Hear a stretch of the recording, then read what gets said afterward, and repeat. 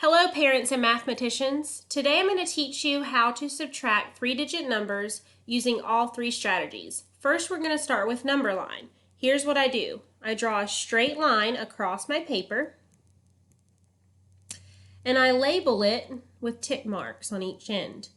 Then I write the greatest number under the right hand tick mark because when we subtract we go from right to left, so it's opposite of the way we read a book. Now, what I'm going to do is I'm going to color code these jumps so that you can tell what I'm doing. But I'm going to subtract by making jumps of 100, jumps of 10, and then jumps of 1. And each size of these jumps should be different. So we call the hundreds jumps leaps because they look like this. And I write a label inside, minus 100, and I need to take away 3 of those jumps. So minus 100, minus 100, minus 100. That's taking away 300. So now I go back to my original number that I wrote, 543, and I subtract 100. 543 minus 100 is 500. Excuse me, it is not 500. It is 443. 443 minus 100 is 343. And notice I'm labeling as I go. 343 minus 100 is 243. And now I go to my tens place. Let's use blue for the tens place. So I put a T there to remind me that's the tens place. And I have 5 tens, which is 50. So I'm going to subtract jumps that are medium sized. They're a little bit smaller than the hundreds jumps. And I'm going to say minus 10. 243 minus 10, and I'm looking in the tens place, is 233. Another jump of 10. Sorry for the illegible writing here. I'm writing with my finger on the touch screen on my laptop, so please excuse that. 243 minus 10 is 223. 223 minus 10 is 213. Let's see, I've done 3 tens, so I need 2 more. Minus 213 minus 10 is 203, and 203 minus 10 is 193. That tricks kids a lot. Be careful there. When you get too close to the whole number 100, then you get down to the next level of 100s and it gets tricky.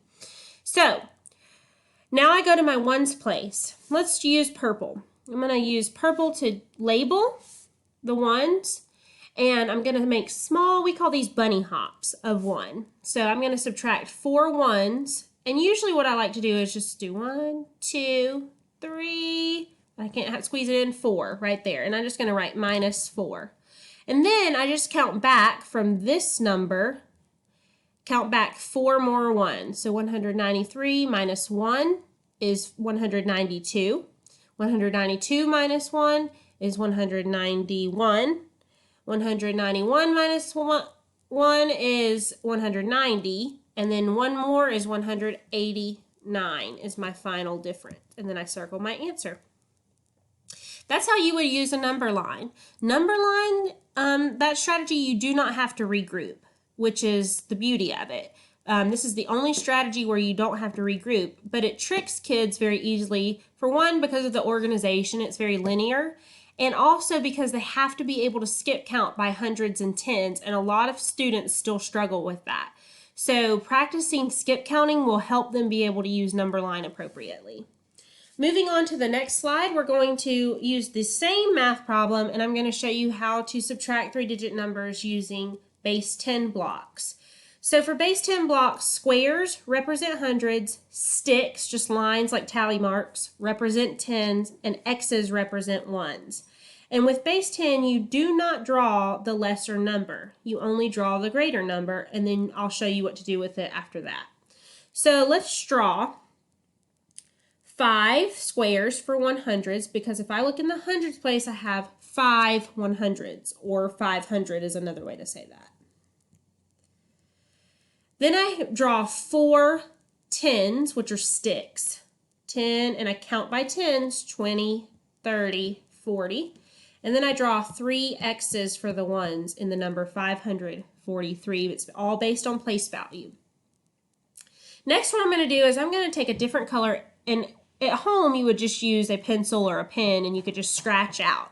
So you're going to scratch out 3 100s from the 3 and 354, 5 10s in the tens place, and 4 1s. But notice you don't have enough 10s or 1s. So I'm going to show you how to regroup those. Let's subtract our hundreds. I scratch out 3 100s. Then I go to my tens. I need 5 10s taken away, but I don't have enough. So what I have to do is I have to go to the hundreds place, which is a square right here, scratch out another square in addition to the 3 you've already scratched out. Scratch out an additional square, and then I'm going to trade it for 10 more 10s, like that. So it's in addition to the 10s that have already been drawn from the greater number. I had 4 10s in the number 543, and now I have 14 10s. And a lot of kids get tricked with that because they want to just add 6 more to the 4 they already had to make 10 10s. But that's not how it works, because what you're doing is you're taking a group of 100 and representing it by drawing 10 10s, which is the same number, it's just represented differently. Okay, so now I have enough 10s to take away 5 of them. So what I'm going to do is I'm going to use I'll use a different color. Let's use green. I'm going to scratch out 10, 20, 30, 40, 50. Okay. So now I have some left over, which is what I'm going to count at the end when I'm completely done solving. So I've got to subtract my ones. So I need 4 1s subtracted for this problem, but I only have 3 1s. In order to have enough to subtract, I have to regroup again, but this time I only need to regroup the tens place, one of the 10s. So I'm going to draw out here to the left an additional 10 1s. There we go. So now I have a total of 13 1s, which is equal to a 10 and 3 1s. It's the same number, it's just represented differently. I took a group of 10 and I broke it apart and drew 10 1s instead. Now I have enough to subtract and scratch out 4 of them. 1, 2, 3, 4. Now I start back at the top with the hundreds place in the blocks, and I count what I have left over that's not scratched out.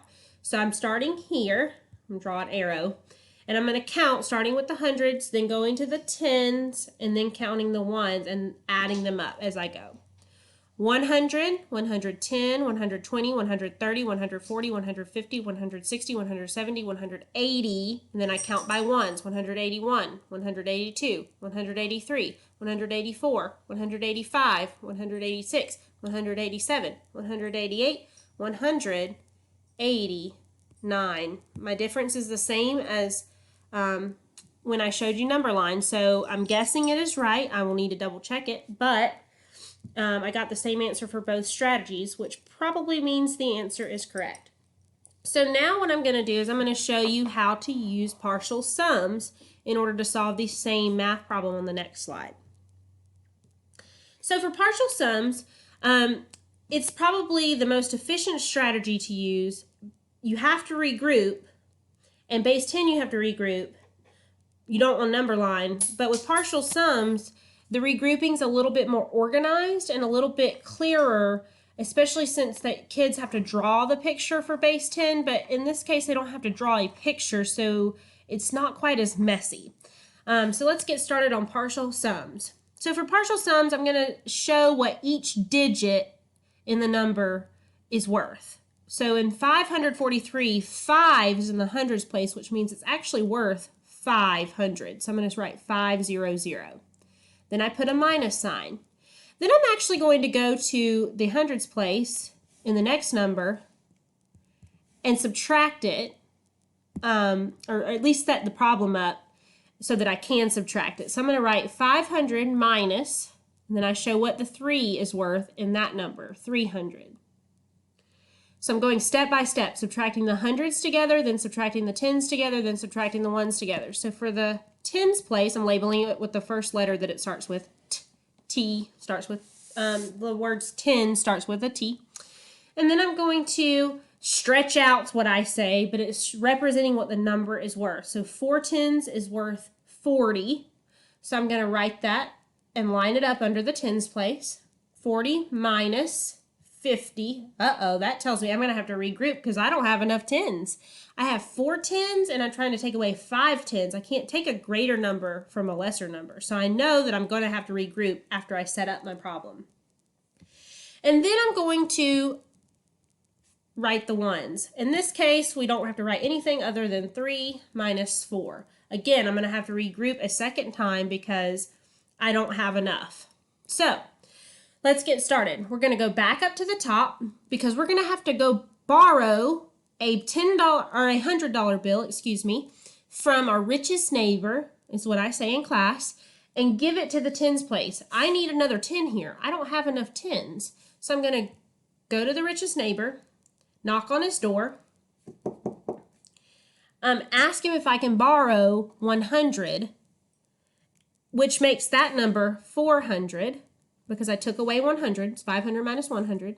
And then I'm going to add it to the tens that I already have. So I have 100 plus 40 is 140 now. Now I have enough tens, but I don't have enough ones. So I'm going to have to regroup again. So I go to my tens place this time. I don't need to go back up to my hundreds place because I only need 10. I don't need 100 anymore for the ones. I only need 10 ones, not 100 ones. So I'm going to take away 10 from 140, which is 130. And then I'm going to add that 10 down here at the bottom in blue to the ones place. So 10 plus 3 is actually 13. So now I have enough ones. Now I'm going to start back up at the top. Let me use a different color. Let's use purple. And I'm going to subtract going across. So that's what makes partial sums a little different, is you're subtracting the hundreds places, subtracting the tens places, subtracting the ones place, and then adding them together at the end. So you start back at the top. 400 minus 300 equals 100. 130 minus 50. Wow, that's tricky. Let me think for a minute. If I take away 30 from 100, then I have 2 more tens to take away. And that's 30. 130 minus 30 is 100. And then I have 2 more tens. So I count back 10, 90, 80. Got it. Okay. Kids get very tricked by this, parents. So sometimes I tell the kids to go ahead and draw their 10 sticks like they were doing base 10 out to the side and then scratch out how many they're subtracting. So if I drew 10, 20, 30, 40, 50, 60, 70, 80, 90, 100, 110, 120, 130, and then I take away or scratch out 5 of them and count what I have left. That helps them visualize it some. So I should have 8 sticks left, which is 80. Now I'm going to subtract my ones. 13 minus 4. Again, these basic facts need to be practiced over and over and over again because this is a lot of times where their computation is incorrect. They may have the problem set up, but their computation is missing. They're missing their basic facts. They're off by 1 or 2 sometimes. So have them count back. They can use their fingers if they need to. 13 minus 4, 12, 11, 10, 9. So the ones place is worth 9 when I subtract. Now what I'm going to do is I'm going to add up all of these numbers from the hundreds, the tens, and the ones that I subtracted. 100 plus 80 plus 9 is 189, and that's my final difference. I sure hope this video has helped you understand all 3 strategies for 3-digit subtraction. Let me know if you need another video of any kind for addition or 2-digit numbers or any other math strategy that I can help with, and I would be glad to make one. Thank you.